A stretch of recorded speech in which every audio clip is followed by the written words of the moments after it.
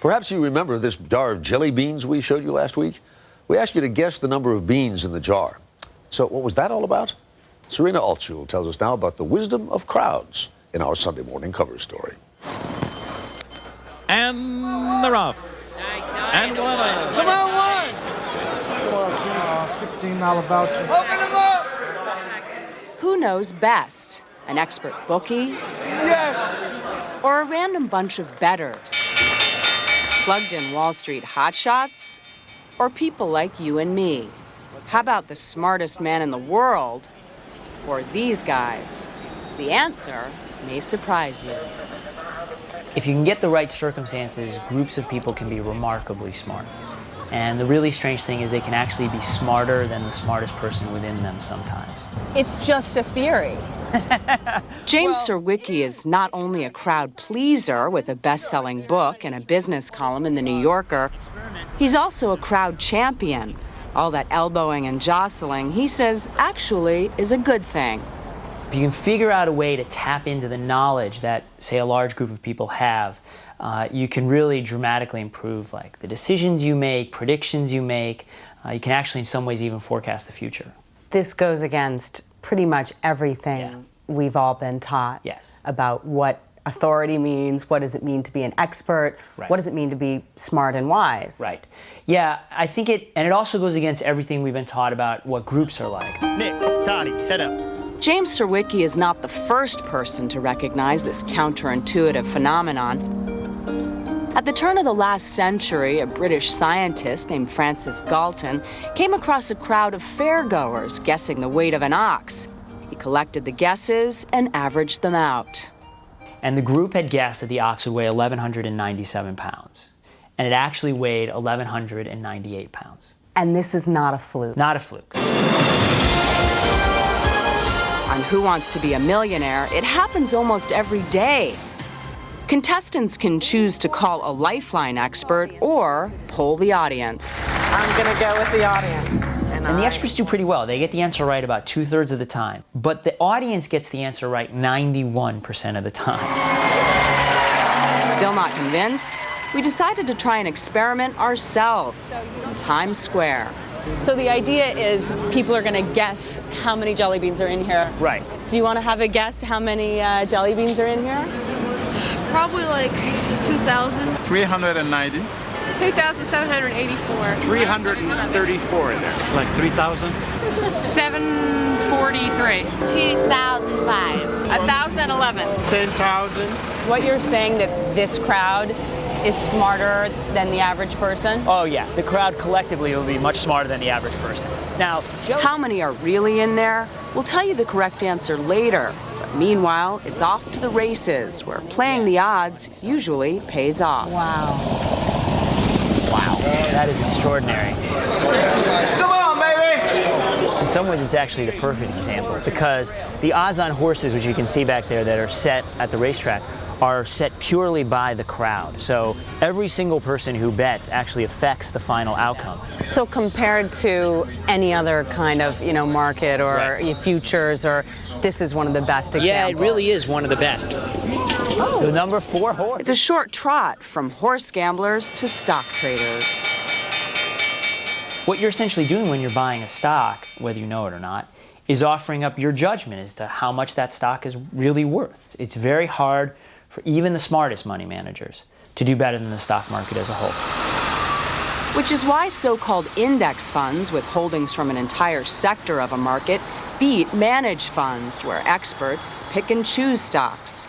In a given year, the index fund is likely to beat something like 65% of the comparably managed mutual funds, and over a decade, it's probably going to be 80%. John Bogle ought to know. He's the legendary founder of the Vanguard Group. And over an investment lifetime, the index fund, amazing as it may sound, is apt to beat about 90 to 95% of all active investors. But wait a minute. What about the 1990s stock market bubble? Crowds go wrong when diversity really breaks down. Crowds also break down when people start paying too much attention to what those around them are doing. The old herd mentality. But you don't always need a herd. Take the infamous Bay of Pigs fiasco in 1961. The Kennedy administration's inner circle convinced itself that 1,400 Cuban refugees could invade their own island, causing Cuban citizens to rise up and to overthrow Castro. It never happened, and that moment is a low point in the history of American foreign policy. There was very little room for disagreement or diversity of opinion, and they knew what they wanted to do from the start. They knew what the right answer was. All right, that's crowds gone wrong. So when do they get it right? If we're trying to make a good decision or predict the future, the knowledge we need is buried in the heads of people who you would never think to ask. Though these days, thanks to the internet, you can ask anyone, anytime, anywhere. News Futures is one of those internet sites where anybody can sign on and bet on just about everything, from the odds of an epidemic to the Super Bowl. People play for prizes and bragging rights, and corporations use the website's information to help market their goods. Emil Servan-Schreiber is the CEO. And this is more than just sport and games. There's real information to be gathered from these markets. Absolutely. It taps directly into the collective intelligence of the audience. So when you... It's fun. It makes you feel like you're part of the game. Robin Gordon plays News Futures. She's divorced and a mother of 3 and a part-time beautician. It's a wonderful predictor. I would say probably 9 times out of 10, the way it happens in real life is the way that it happens on News Futures. The players are very knowledgeable. There's a lot of people out there with a lot of internal smarts. And talk about smart. Harvard Business School professor Anita Elbersi not only trusts the wisdom of the masses, she helps market it to Hollywood.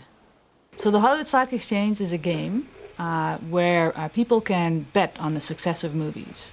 One movie that's coming out is Glory Road. On January 13th, and currently the market thinks that this movie will do, the price is $35 Hollywood dollars, which means that the market expects that the movie will do about $35 million in the first 4 weeks of its release. Right now, betting on the upcoming Oscars is big. Reese Witherspoon is in the lead for Best Actress.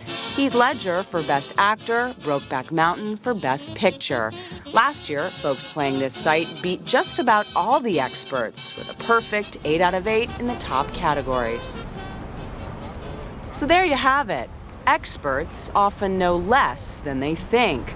A group of amateurs more than any one person knows. And people can be trusted. It's an old lesson that James Surowiecki is sharing anew, a lesson easily forgotten. If you go back to Machiavelli and The Prince, and what does he say? He says, do not surround yourself with yes men, and that this is what the prince has to watch out for. But apparently when it comes down to it, it's just very hard to follow that good advice. Oh, and we almost forgot. The actual number of jelly beans in our jar was 1,369. The crowd's average guess was 1,247. No single guess was closer.